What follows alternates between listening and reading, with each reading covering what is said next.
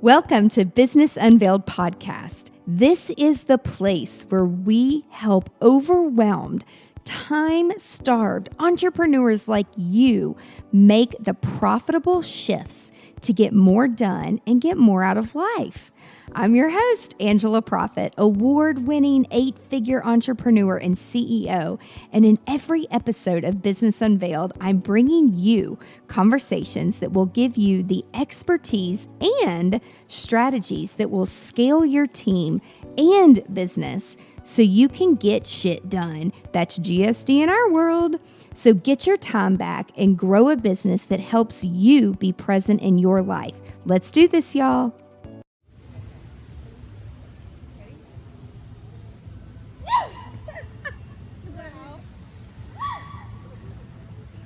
Okay, after a quick detour to be a circus act. Cartwheel and split. For you, 25 to 30. I'm 28, so this is about 3 years of time. I'll be 29 in about 6 months. A lot of reflection happening nowadays, but I will say one of the biggest things is, 25, we just had like a lot of events and stuff going on. I feel like we were so busy that year, and I would say all my focus was just on what we were doing. Yeah. And then, of course, just like everybody else, COVID happened in 2020. I was 26. And I will say one of the biggest blessings, and I don't know that all of my family would agree with this, but my grandfather was sick. And the last trip I took was in February of 2020. He passed away, and it was kind of sudden because we didn't really know how sick he was. That was not something that he really shared with us. But I will say, why are you so fucking stubborn? Anyway, I will say one of the biggest blessings of that is if he was going to go in 2020, I'm glad that he did when he did, because our family was able to come together and have the funeral and be together, because it was before the world shut down. And so, in 2020, we just kind of, it was an unknown for everybody. It was also a lot of like personal stuff happening with me and like people I was dating and just not good situations. And so it was a lot of just learning about myself. And I would say that I have learned a lot about myself in the last 2 years, especially. Really majorly taught me about some core things as far as trust and belief systems and true colors. Not everybody is who they say they are. Nope. And we'll just leave it at that. I don't think that I really had ever, I've always been so go, go, go. My mom calls me the Energizer Bunny. And just like everybody else, I think that, COVID gave me an opportunity to slow down and assess. Yeah, and to really figure out who I am, what I want, what my beliefs really are, what I'm willing to bend on, what I'm not willing to bend on. Yeah, this year's just been, I can't believe it's the end of July. I know. It's crazy. We've done so much. I mean, you've hardly been here. But we've still done so much. We have. And we're rocking. I mean, it's great, and personal life is great. I'm dating a wonderful person now who's we're very good for each other and very accepting of each other. And I will say the number one thing that I appreciate about him is patience. So thank you. For the next couple years, until I'm 30, I don't know. We'll see what happens. What's in store? There's some personal things that in 2 years, if we do another Lifeline, I'll let you know if they panned out. Mm-hmm. But I'm just excited for the future and just things that are coming up and just growth in life and personal life and in business and everything. So I'm just excited for it, and I don't have any expectations. I just want to live a happy, healthy, and life full of love and memories and people that I love so much. So, yay! Can you hold this for a second? Okay. Yeah, we are back. Oh my God. We're going to call this Interlude in the Sunset. Do some spins. Itch your feet. Do some spins. Itch your feet. Get the heat off of them. Do some dance moves. Shake that booty. So 25 to 30. Oh, there's just so much. Okay. So I was married on paper, but he was in Iraq. I still taught gymnastics. I still worked at the hospital as a therapist. I think I taught aerobics and a few classes at the hospital gym as well. And then I had this wedding planning business on the side that was just for fun and turned into this huge business. And so I think by the time I was 25, I don't know, we were doing so many events, and it's like I started to hire my friends, and we went through a recession during that time. I was in the middle of building a second house, kind of by myself. I got Lily and Pepe. I became a mom, a dog mom. I became a dog mom at 18.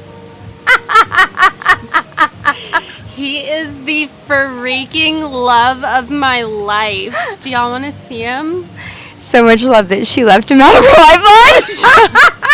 lifeline. He's so cute. Look at that babe. He is so cute. He's so cute. I love that. But Lily and Pepe. of course, Lily and Pepe. They're our mascots. Yeah, I became a dog mom, and I moved into a new house and just kept growing the business.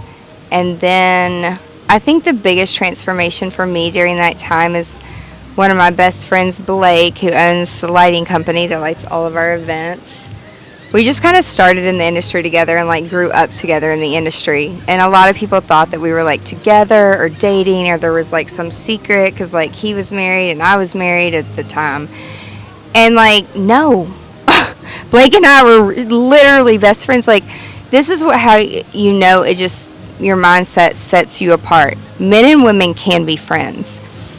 When it comes to entrepreneurship and you bring value to each other's lives, men and women can have relationships and truly be friends or business partners.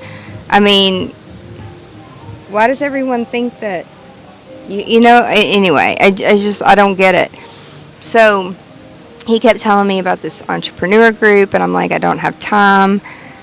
And he just wouldn't shut up. And at the time, I was in so many different. He wouldn't shut up. No, he wouldn't shut up about it. There were so many organizations I was in, so many boards I was on, and one of my mentors said, "What purpose are all of these organizations? How are they bringing value? Like what purpose does it serve?" And it really made me think, oh shit, because it feels really good to bring value, right? Like, and when you start to becoming like coining yourself as an expert, and like you've had more than a decade, more than 10 years experience, like, I don't know, but I finished up all my terms and I got out of everything because it wasn't really bringing me value. And I started Catalyst, which is like the pre-program before you do EO, which is Entrepreneur Organization, and it's an 18-month commitment, and you can't miss any classes, and you can't miss your forum, and it was very strict. And this was right around the time our town flooded in 2010, and 2010 was a very pivotal year for me, personally and professionally, because that's the year that I planned Kelly Pickler's wedding. We were doing a TV show for TLC, and a month before the wedding, which it was like a Christmas wedding, she's like, I don't want to do this anymore. I want to go to a private island where no one knows who the fuck I am. And it's about me, Kyle, and God. And she's like, I'm so sorry. I know you're going to be angry. And I'm like, no, I'm not angry. Why would I be angry? Like, I don't think this is you either. So, and that was really important to them, that they stayed true to who they were and not fake it for TV. And I really respect that, because I feel the same way. I don't give a shit about being on TV, but if it's going to be impactful and educational and a little entertaining with a little fun drama, always, why, like, yeah, if you can reach people with the right kind of message and help people, hell yeah, blast it out on TV. But I didn't even know what a private island was, y'all. So, like, I'd been to a conference, thank God, and sent out some emails, and somebody knew somebody who knew somebody from this conference I'd been at, and it was New Year's Eve, and somehow we got there. Me, the video guy, the photo, and them, and that's it. And that changed my life because it was this little bitty private island. There were like 18 estate homes. And she looked at me as the fireworks were going off New Year's Eve. And she's like, we are the poorest motherfuckers on this island. Because everyone on the island was like one of the founders of Google and his yacht. And the Prime Minister of England. And George Foreman. And like really, really successful people international success, and no one really knew who she was. So it was really fun. But I learned a lot about customer service and the staff. Everybody kept asking, like, how are you so chill and calm? Because wedding planners get a bad rap. Like, they're like, wait, you're not crazy. But that kind of kicked off my consulting career for like teaching the psychology methodology that everything we do is foundational on with communication. And I started like sharing, and that's when I really started speaking too. But also with the business, our town flooded, and at that month we had 8 displaced weddings. It was a fucking nightmare, and I had just made the decision to leave my healthcare job. I could always go back, but I left that to go on and do Kelly and Kyle's wedding. And then when the show didn't happen, you know, some people could have the mindset of like, oh my God, did they realize like I left my entire healthcare career for you and your stupid TV show? But like, that's not the mindset that I have. It gave me the opportunity and the confidence to jump. And I always knew that I could go back to that if I needed to, or I could like teach gymnastics forever until I kept breaking shit. But there's always something that you can fall back on. And it's like you just have to take risks sometimes. And the really messed up thing is I didn't tell anybody. I didn't talk to my parents. I didn't talk to my husband, who was fighting for our country. And then I filed for divorce because I knew that wasn't going to work. Like, we were just so different. I mean, FaceTime, Zoom, texting, none of that shit existed. But even if it did, it wouldn't have worked. Like, we're just such different people. And I mean, he was a good guy, and he's married. I think he has kids now. I mean, I'm very happy for him, but it just wasn't for me. And that's okay. So this is 25 to 30, right? Yeah, I think by the time I was around 30, I was about to sell my house. And I sold everything. And I moved downtown to the Icon, to a condo. And downsized, and I just wanted to get away from the everyday life of the white picket fence. And like, then I started traveling a ton and speaking, mainly just to like be away from like all the bullshit and all the drama. I was being followed by undercover PI. They were like taking pictures of me with like mail, like trying to show me doing something bad. It was clients, you know, or vendors, or I mean, I had no relations with any of those people, and so it was just nasty. And there was no reason for it to be nasty, but I was so disconnected. There was no emotional ties to it at all, so it was just fine. But it still, you know, kind of sucks. I think that's all when I was 30. I mean, because then from there, it's the next lifeline. That's it for this week's episode of Business Unveiled. Now that you have all the tools that you need to conquer the world and GSD, get shit done, would you share this with your friends and fellow business leaders? One thing that would really, really help us and help new listeners is for you to rate the show and leave a comment in Apple Podcast, Spotify, Stitcher, or wherever you tune in and listen to Business Unveiled.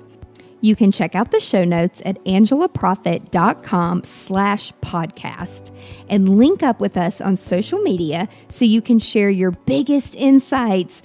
And I want to know your aha moments. Until next week, remember, the profitable shifts and structures you're creating in your business help you be more present in your life.